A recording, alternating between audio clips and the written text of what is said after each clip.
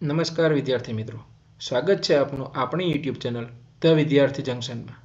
આજે આપણે ભણીશું ધોરણ 6 ગણિત પ્રકરણ 1 સંખ્યા પરિચય. સંખ્યા પરિચયની અંદર આપણે ભણી રહ્યા હતા સ્વાધ્યાયન પોથી, જેનો આજે ભાગ 3 છે. પ્રશ્ન 5. એક ફેક્ટરીની ટાંકીમાં 35,874 લીટર કોલ્ડ ડ્રિંક્સ ભરેલી છે, તો તેમાંથી 200 મિલીની કેટલી બોટલ ભરી શકાય? અહીં આપણને ટોટલ સંખ્યા આપેલી છે 35,874 લીટર, જેમાંથી આપણે 200 મિલીની એક એવી કેટલી બોટલ ભરી શકાય તે શોધવાનું છે. તો ટાંકીમાં ભરેલું કુલ કોલ્ડ ડ્રિંક્સ એટલે કે 35,874 લીટર, અને આ લીટરને આપણે મિલીમાં ફેરવીશું. હવે 1 લીટર બરાબર 1000 મિલી થશે.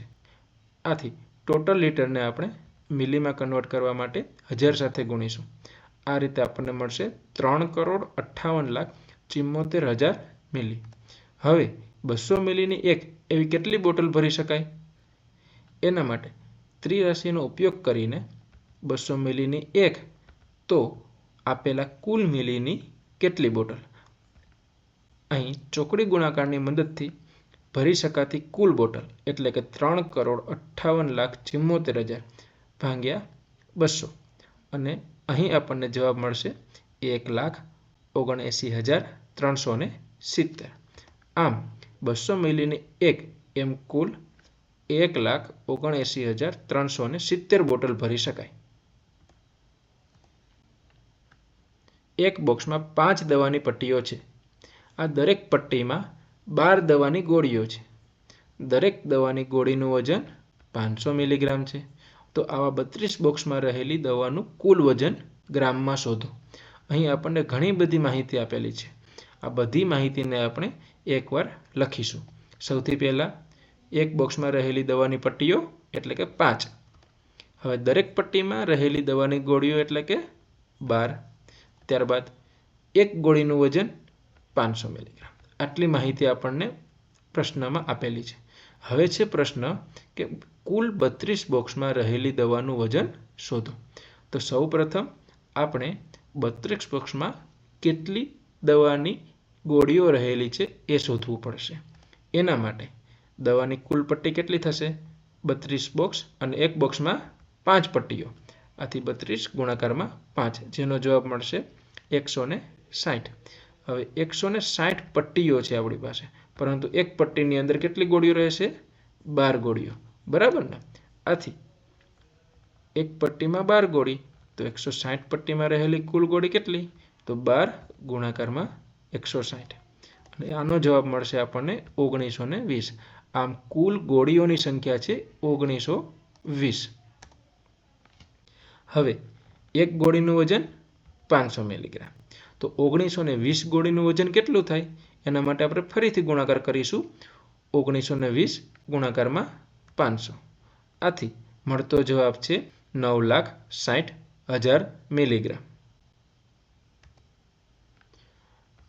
હવે આપણે શોધવાનું છે કે આપણને જે જવાબ મળ્યો એ મિલીગ્રામમાં મળ્યો, બરાબર ને?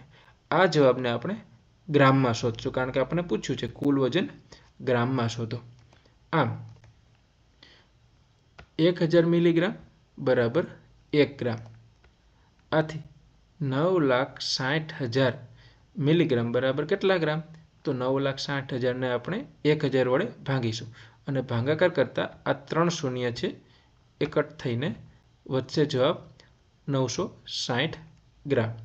આમ 32 બોક્સમાં રહેલી દવાનું કુલ વજન એ 9,60,000 મિલીગ્રામ અથવા તો 960 ગ્રામ છે. પ્રશ્ન 7. કેટલા લાખથી 5 બિલિયન બને? વિદ્યાર્થી મિત્રો, આપણને ખબર છે કે 1 બિલિયન બરાબર 100 કરોડ. આ આપણે ભણી ગયા. હવે 5 બિલિયન એટલે કે 5 ગુણાકારમાં 100 એટલે કે 500 કરોડ, અને 1 કરોડ એટલે કે 100 લાખ, બરાબર ને? તો હવે આપણે શું કરીશું કે જે 500 કરોડ છે એને ફરીથી 100 વડે ગુણાકાર કરીશું. આમ 50,000 લાખ જવાબ મળશે. આથી 50,000 લાખ બરાબર 5 બિલિયન બને છે. એક શર્ટ બનાવવા માટે 2 મીટર 15 સેન્ટીમીટર કાપડ જોઈએ છે, તો 40 મીટર કાપડમાંથી કેટલા શર્ટ બનાવી શકાય અને કેટલું કાપડ વધે? અહીં આપણે કેટલા શર્ટ બનાવી શકાય સાથે સાથે કેટલું કાપડ વધે એ બંને જવાબો શોધવાના છે. હવે એક શર્ટ બનાવવા માટે વપરાતું કાપડ 2 મીટર અને 15 સેન્ટીમીટર છે. એટલે કે આ બંને એકમોને સેન્ટીમીટરમાં ફેરવીએ તો 2 મીટર એટલે કે 200 સેન્ટીમીટર વત્તા 15 સેન્ટીમીટર. આમ એક શર્ટ બનાવવા માટે 215 સેન્ટીમીટર કાપડ જોઈએ છે. તો કુલ કાપડ આપણી પાસે કેટલું છે? 40 મીટર. જેને આપણે સેન્ટીમીટરમાં ફેરવીએ તો એ ફરીથી કેટલું થશે? 4000 સેન્ટીમીટર. 40 ગુણાકારમાં 100 એટલે કે 4000 સેન્ટીમીટર. તો બનાવી શકાય તેવા શર્ટની સંખ્યા. હવે 4000માંથી આપણે કેટલા શર્ટ બનાવી શકીએ એ શોધવા માટે આપણે 4000ને 215 વડે ભાગીશું. શા માટે? કારણ કે 215 સેન્ટીમીટરમાંથી એક શર્ટ બનાવી શકાય. તો 4000 સેન્ટીમીટરમાંથી કેટલા શર્ટ બનાવી શકાય? આ ત્રિરાશિના ઉપયોગથી આપણે જવાબ મેળવીશું 4000 ભાગાકારમાં 215. અને વિદ્યાર્થી મિત્રો, આ ભાગાકારનો જવાબ આવશે 18.6. હવે વિદ્યાર્થી મિત્રો, 0.6 એ રીતે કોઈ શર્ટ બની શકે નહીં. શર્ટ હંમેશા પૂર્ણાંકના સ્વરૂપમાં જ બની શકે. આથી આખા શર્ટ કેટલા બનશે? 18. અને 0.6 એટલા સંખ્યાનું કાપડ વધશે. આમ 18 શર્ટ બનાવવા માટે વપરાયેલું કાપડ કેટલું? હવે એક કાપડ બનાવવા માટે 215 સેન્ટીમીટર. તો 18 ગુણાકારમાં 215. આથી ટોટલ 3870 સેન્ટીમીટર કાપડ વપરાશે. અને વધેલું કાપડ શોધવા માટે વપરાયેલા કાપડને આપણે કુલ કાપડમાંથી બાદ કરીશું. આ આપણું કુલ કાપડ છે, તેમાંથી વપરાયેલું કાપડ બાદ કરીશું તો જવાબ મળશે 130 સેન્ટીમીટર. એટલે કે 1 મીટર 30 સેન્ટીમીટર. આમ 18 શર્ટ બનાવી શકાય અને 1 મીટર 30 સેન્ટીમીટર કાપડ વધે. પ્રશ્ન 9. એક મશીન એક દિવસના 2825 સ્ક્રૂ બનાવે છે, તો એપ્રિલમાં તે કેટલા સ્ક્રૂ બનાવે? અહીં એપ્રિલ મહિનામાં દિવસોની સંખ્યા કેટલી? 30. હવે એપ્રિલમાં બનાવેલા કુલ સ્ક્રૂની સંખ્યા એટલે કે 2825 ગુણાકારમાં 30. ખૂબ જ સહેલો પ્રશ્ન છે. એક દિવસના 2825 સ્ક્રૂ તો 30 દિવસ એટલે કે 30 ગુણાકારમાં 2825. આ બંને સંખ્યાનો ગુણાકાર કરીએ તો સૌપ્રથમ આપણે શૂન્ય મૂકીશું.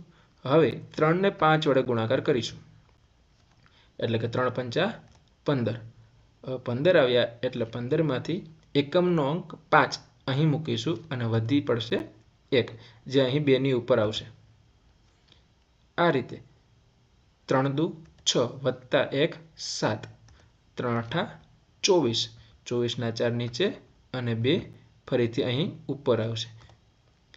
3 દુ 6 વત્તા 2, 6 અને 2 8. આ રીતે 84,750 જવાબ આવે છે. અને 0ને 4 સંખ્યા વડે ગુણતા 0 આવશે, જેનો સરવાળો આપણને મળશે 84,750. આમ એપ્રિલમાં આ મશીન 84,750 સ્ક્રૂ બનાવે. એક કંપની દરરોજના 7,000 રમકડા બનાવે છે, તો આ કંપનીએ ફેબ્રુઆરી 2024માં કેટલા રમકડા બનાવ્યા? ફેબ્રુઆરી 2024માં દિવસોની સંખ્યા, કારણ કે 2024 એ લીપ વર્ષ છે અને લીપ વર્ષમાં ફેબ્રુઆરી મહિનામાં 29 દિવસો હોય છે. વિદ્યાર્થી મિત્રો, તમે 12 મહિનાની અંદર રહેલા દિવસો વિશે જાણતા હશો અને તેમાં લીપ વર્ષની અંદર ફેબ્રુઆરી મહિનામાં 29 દિવસો હશે તેના વિશે પણ ખબર હશે. હવે ફેબ્રુઆરી 2024માં બનાવેલા રમકડાની કુલ સંખ્યા એટલે કે એક દિવસમાં 7,000, તો 29 દિવસમાં કેટલા? તો 7,000 ગુણાકારમાં 29. અને આ ગુણાકાર આપણે અહીં કરીએ. સૌપ્રથમ અહીં 2 સંખ્યા હોવાથી આપણે શૂન્ય મૂકીશું. ત્યારબાદ 2ને શૂન્ય વડે ગુણીશું. 0, 2ને ફરીથી શૂન્ય વડે ગુણતા 0, 2ને ફરીથી શૂન્ય વડે ગુણતા 0. આમ આ 3 શૂન્ય હોવાથી અહીં આપણી પાસે 3 શૂન્ય આવી ગયા. હવે 7 ગુણાકારમાં 2 એટલે કે 14. ત્યારબાદ 9ને ફરીથી 3 શૂન્ય વડે ગુણીશું તો 3 શૂન્ય આવશે અને 9 × 7 = 63. આ રીતે આપણને બંને સંખ્યાઓના ગુણાકાર મળી ગયા. આ બંનેને સરવાળો કરીએ તો મળતો જવાબ થશે 2,03,000. આમ ફેબ્રુઆરી મહિનામાં 2024ની અંદર આ કંપનીએ 2,03,000 રમકડા બનાવ્યા. પ્રશ્ન 11. વિશાલ 7 અંકની સૌથી મોટી કિંમત લખે છે. અરુણ 6 અંકની સૌથી નાની કિંમત લખે છે.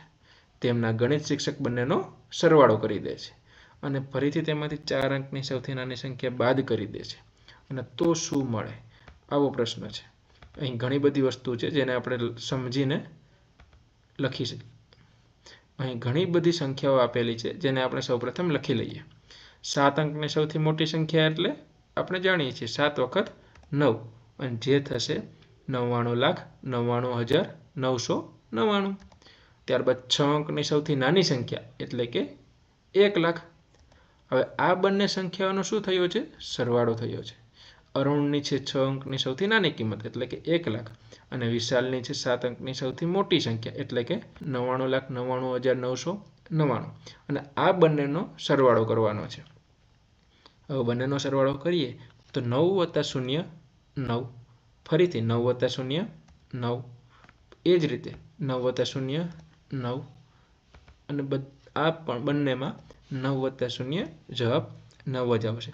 ત્યારબાદ 9 + 1 જવાબ આવશે 10. 10નો 0 વધી પડી 1 અને 9 + 1 10. આ રીતે આપણે બંને સંખ્યાઓનો સરવાળો કરી લીધો. હવે આ સરવાળામાંથી 4 અંકની સૌથી નાની સંખ્યા બાદ કરવાની છે. હવે 4 અંકની સૌથી નાની સંખ્યા કઈ છે? તમે બધા જાણો છો. 4 અંકની સૌથી નાની સંખ્યા એટલે 1000 અને 1000ને આપણે આપણા સરવાળામાંથી બાદ કરીએ તો 9માંથી 0 બાદ થતાં જવાબ મળશે 9. ફરીથી 9માંથી 0 બાદ થતાં જવાબ મળશે 9. તેવી જ રીતે અહીં પણ જવાબ મળશે 9. હવે 9માંથી 1 બાદ થશે તો જવાબ મળશે 8 અને અહીં કંઈ જ નથી તો આપણે શું માનીશું? 0. તો આ રીતે ઉપરની સંખ્યા એ જ રીતે ફરીથી આવશે. આમ મળતો જવાબ 1,98,999 છે. આવા જ પ્રકારના શિક્ષણને લગતા વિડીયો જોવા માટે સબસ્ક્રાઇબ કરો વિદ્યાર્થી જંકશન યુટ્યુબ ચેનલને. જો તમને અમારા વિડીયો પસંદ આવે છે તો લાઈક કરો, શેર કરો.